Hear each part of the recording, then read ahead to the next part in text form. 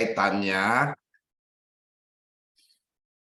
sangat erat kaitannya bagaimana ya, apakah pekerjaan konstruksi yang mengalami keterlambatan ya, atau kegagalan kontrak itu bisa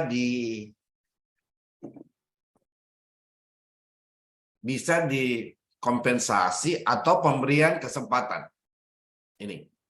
Jadi ukurannya adalah bagaimana kita, khususnya penyedia atau kontraktor, menyampaikan kepada pengawas untuk sebuah peringatan dini. Iya, dasar hukumnya kita lihat di peraturan LKPP nomor 12 tahun 2021 ya, tentang pedoman pengadaan barang dan jasa melalui penyedia sendiri. Nah, apa itu peringatan dini? Jadi peringatan dini itu atau sebut ya early awareness system atau sistem peringatan dini, penyedia berkewajiban untuk memperingatkan sedini mungkin ya, kepada pengawas pekerjaan atas sebuah peristiwa atau kondisi tertentu yang dapat mempengaruhi mutu.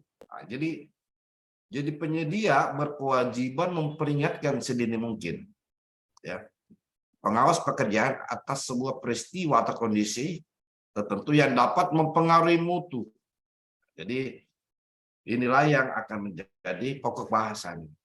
Apakah penyedia sudah memberikan peringatan sedini mungkin kepada pengawas? Di mana ya? Di mana ruang-ruang itu? Ya, di mana tahapan itu? Tahapan itu harus sudah dimulai sebenarnya. Tahapan itu harus sudah dimulai pada saat kita ya, rapat persiapan pelaksanaan kontrak atau yang dikenal pre-construction meeting.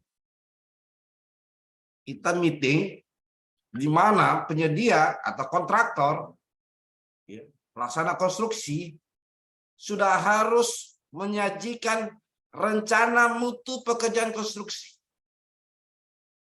ataupun juga RMPK, rencana mutu pekerjaan konstruksi. Di mana pembahasannya? Di PCM, di rapat persiapan pelaksanaan kontrak. Siapa pihak yang hadir di situ? Pihak yang hadir ya pasti ya, PPK misalnya, pejabat penandatangan kontrak atau pejabat pembuat komitmen, atau tim teknisnya dan tim teknisnya. Yang selanjutnya yang harus hadir adalah pengawas pekerjaan, ya, atau biasa di konsultan pengawas misalnya, atau konsultan manajemen konstruksi. Itu yang harus hadir pada saat PCM. Di dalam PCM itu akan membahas ya tentang rencana mutu pekerjaan konstruksi, RMPK. Itu kita bisa lihat di PUPR nomor 10 ya 2021. Ya. Yang mana dokumen RMPK. Jadi disitulah penyedia harus menyajikan ya, pertama salah satunya jadwal pelaksanaan pekerjaannya. Sudah membagi habis ya, waktu pelaksanaan konstruksi dengan apa? Dengan menyajikan tahapan-tahapan berdasarkan metode kerja. Apakah pekerjaan itu dapat dikerjakan secara paralel atau secara bertahap? Artinya secara paralel, dikerjakan di lokasi A, dikerjakan di segmen A, dikerjakan di stasiun A, bisa dikerjakan di stasiun B. Itu namanya paralel. Tidak saling menunggu. Ya. Misalnya ya pekerjaan kolom misalnya, harus menunggu dulu pekerjaan slop kantung, beam, kan begitu. Beda halnya kalau pekerjaan paralel, bisa dilakukan oleh di segmen-segmen tersendiri. Jadi penyedia sudah harus di PCM dan harus ada dokumennya. Di situlah ada pembahasan dengan pengawas. Ya. pengawas. Nah, pengawas juga pengawas konstruksi, ya, konsultan biasanya harus juga menyajikan program mutu pengawasannya. Itu ya. Jadi di PCM itu sudah harus 2 ya, yang akan dibahas. RMPK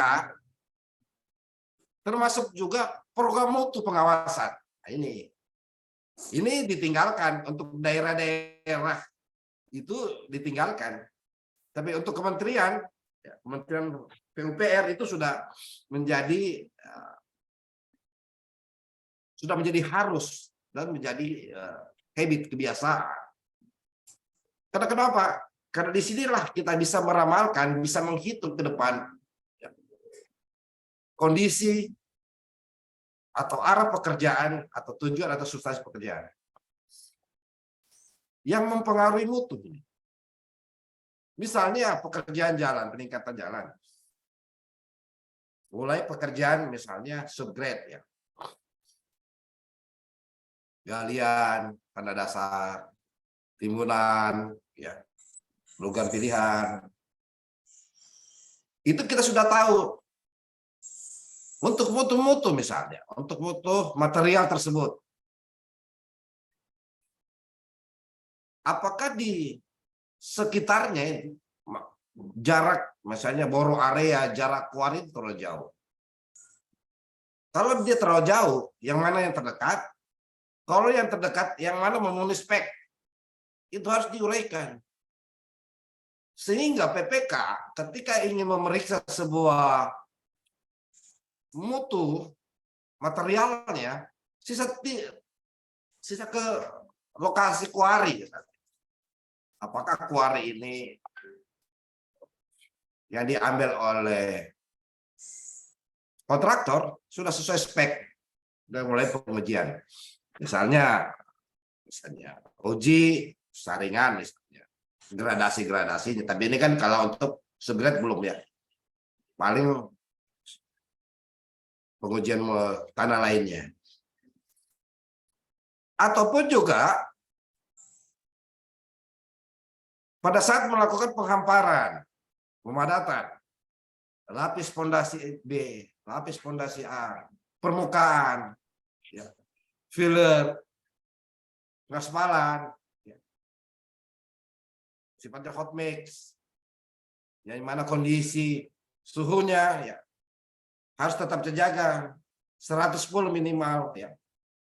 Ketika sudah proses penghamparan itu harus dijelaskan dan diterangkan pada PCM.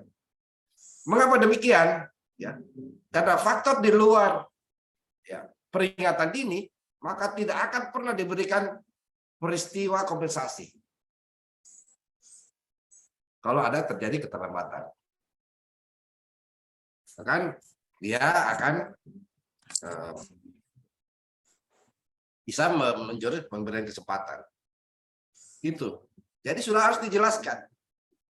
Dan itu harus didokumentasi. Harga kontrak misalnya. Sudah ada ancang-ancang pemerintah ya, bahwa akan menaikkan BBM, akan menaikkan listrik, akan menaikkan jenis-jenis kebutuhan vital. Itu juga harus dibahas. Bagaimana ya jenis kontraknya, ya kan gitu. Karena yang bisa melakukan penyesuaian harga itu untuk jenis kontrak apa? Kontrak tahun, jamak, bukan tahun tunggal.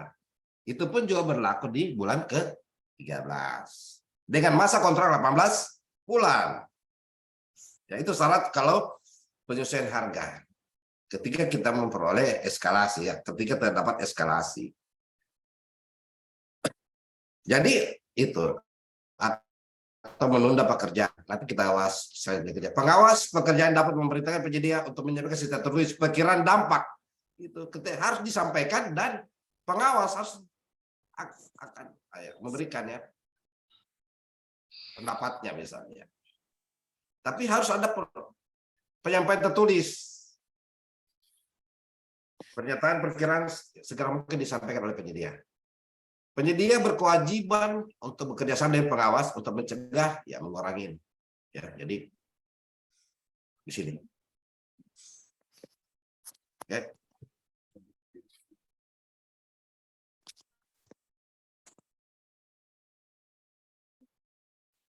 Nah,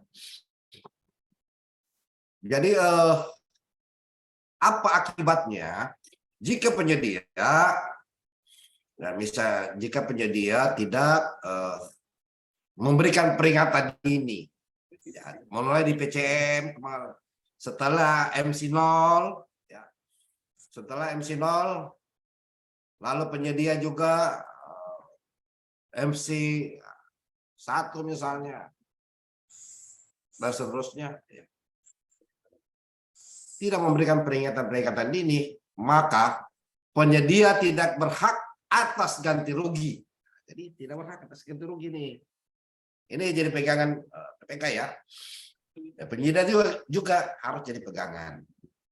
Tidak berhak atas ganti rugi dan atau perpanjangan masa pelaksanaan.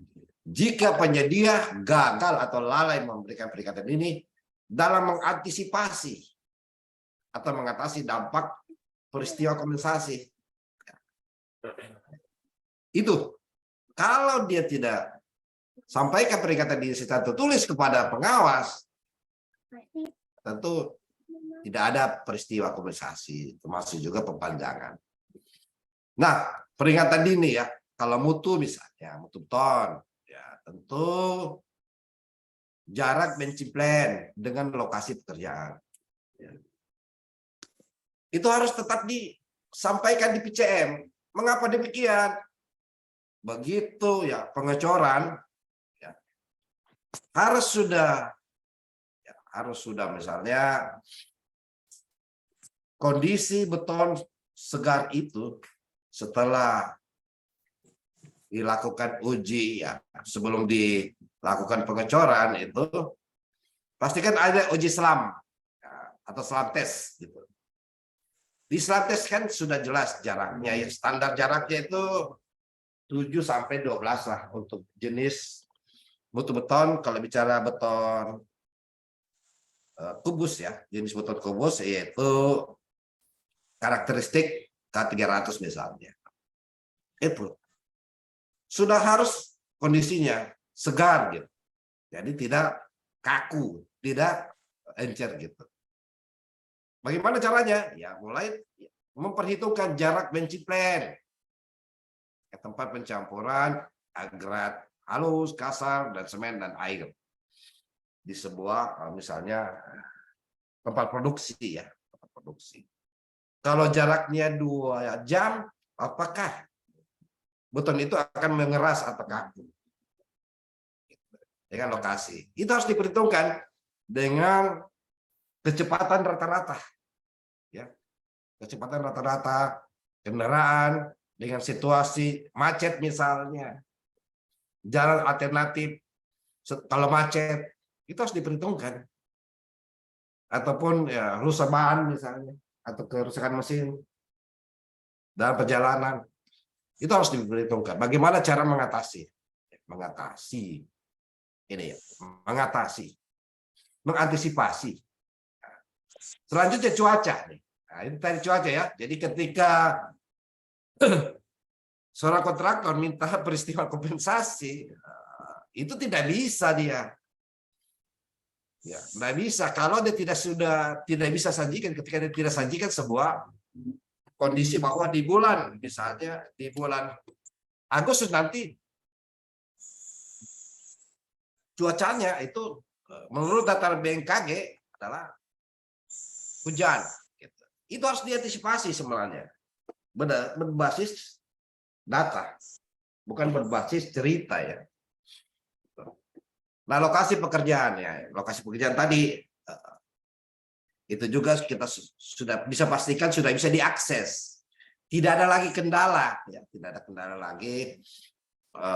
Truk mixer ini, ya, 3D mix ini masuk di sebuah lokasi. Itu harus dijelaskan itu. Jalan alternatifnya dan lain-lain. Ya. Misalnya untuk aspal, ya, jarak AMP-nya, cuaca juga pengaparan, lokasi, misalnya lapis aspal beton, ya, di mana keadaan suhu panasnya harus dipastikan ya. Bagaimana cara mengantisipasi dan mengatasi jika kondisi di luar dari yang kita sudah berikan peringatan. Kalau tidak ada kertas kerja pada saat PCM itu, maka dipastikan tidak ada peristiwa kompensasi. Bisa jadi tidak diperpanjang masa pelaksanaan pekerjaannya jika terjadi keterlambatan. Nah, termasuk juga kenaikan harga ya, kenaikan harga kontrak. Nah, kenaikan harga kontrak itu dari kontrak awal itu kan 10% sebenarnya. Ya. 10% dari mana? Nah, itu pertanyaan. Dari item-item dari kontrak atau dari nilai kontrak? Yang benar adalah dari nilai kontrak. Meskipun item-item lain, misalnya ya RPB atau LPA-nya yang tadinya nilai kontrak ya berdasarkan kodifikasi misalnya 400 juta. Kalau kontrak awalnya, jadi dia bisa naik sampai 700, 600 juta berdasarkan kubik ya, kodifikasi itu tanpa ya melampaui dari nilai 10%. Bisa melampaui ya, bisa melampaui nilai 10% dari itemnya, tapi tidak boleh melampaui dari 10% nilai kontraknya. Dengan pastikan ada sebuah metode dikenal adendum, ya, tambah dan kurang di item pekerjaan lain. Bisa turun di bawah itu, tapi harus dijelaskan justifikasinya. Kalau saya naikkan LPB-nya, ketebalannya, misalnya ketebalan LPB, saya turunkan ketebalan ya, LPA-nya, harus dijelaskan secara teknis. Apakah LHR, misalnya kendaraan yang melintas ini ke depan 5 tahun, 10 tahun ke depan, bobot kendaraannya lebih sama nih daripada yang sekarang. Harus diperhitungkan. Ya, apalagi kalau dia pekerjaan perkerasan lentur, ya, rigid pavement ya, atau juga perkerasan kaku misalnya, rigid pavement, fleksibel pavement ya, itu. Jadi itu. Nah, kenaikan itu harus kita sampaikan di PCM, BBM, listrik, devaluasi. Nah, devaluasi ini penurunan nilai mata uang ya. Yang tadinya misalnya untuk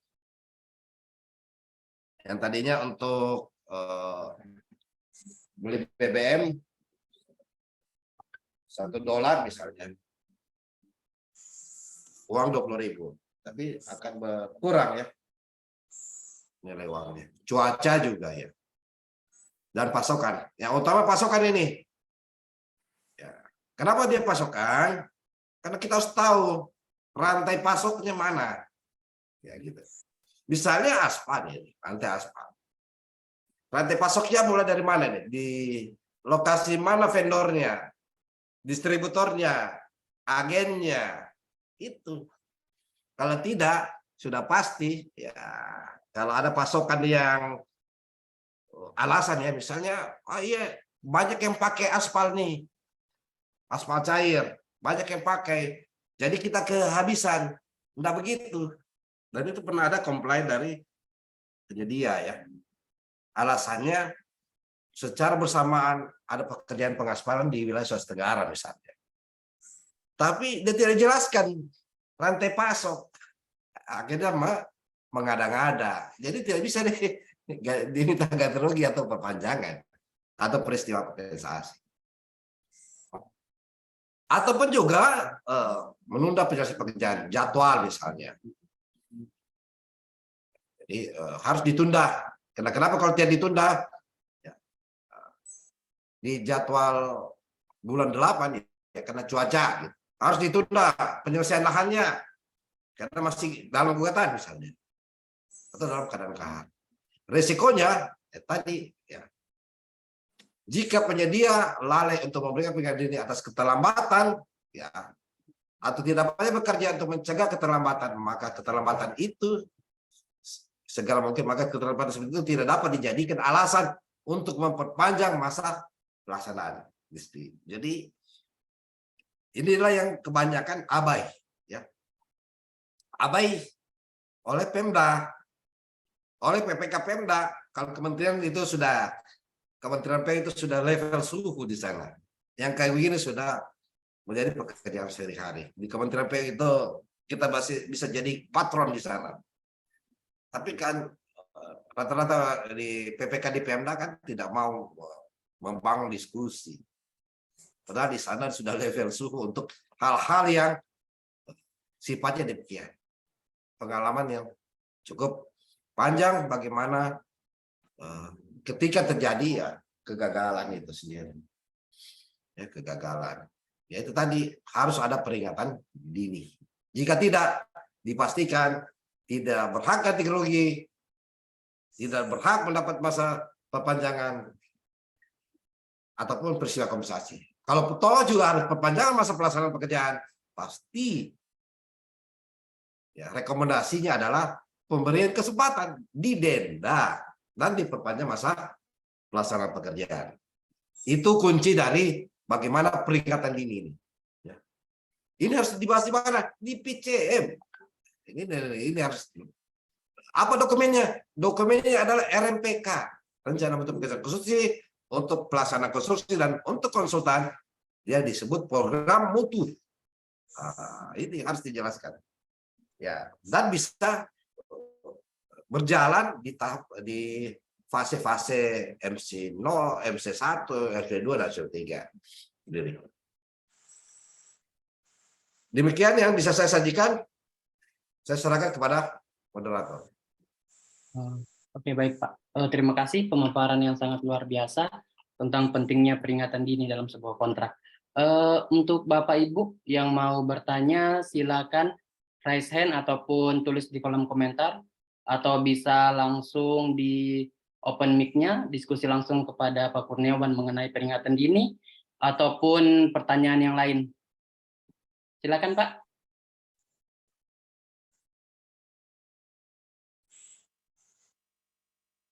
Mungkin pernah merasakan ke sebuah kondisi ya, di mana peringatan dini itu penting ya.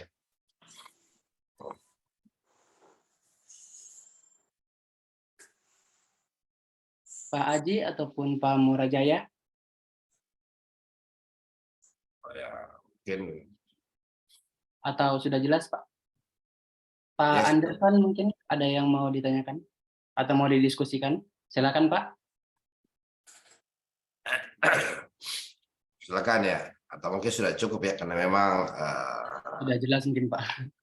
Kita masuk di intinya ya, di bagaimana pentingnya tadi nih. Ibu Yuke, siapa Yuke ini? Ibu Yuke ya, atau Bapak Yuke? Silakan Pak Yuke. Mau didiskusikan Pak?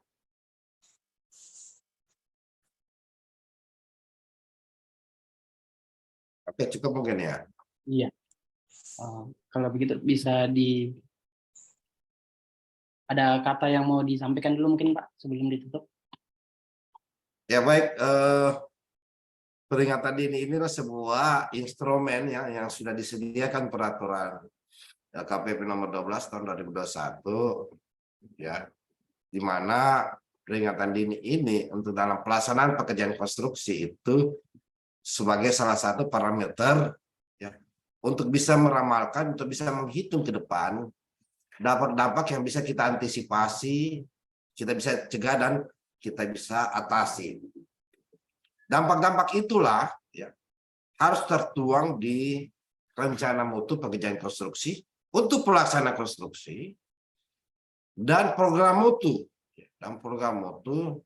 untuk jasa konsultansi konstruksi, dalam hal ini pengawas pekerjaan atau manajemen konstruksi itu sendiri. Itu kata kunci dari peringatan dini. Oleh itu saya serahkan kepada moderator untuk menutup kegiatan malam ini. Diucapkan terima kasih banyak Pak pada Pak narasumber Pak Kurniawan.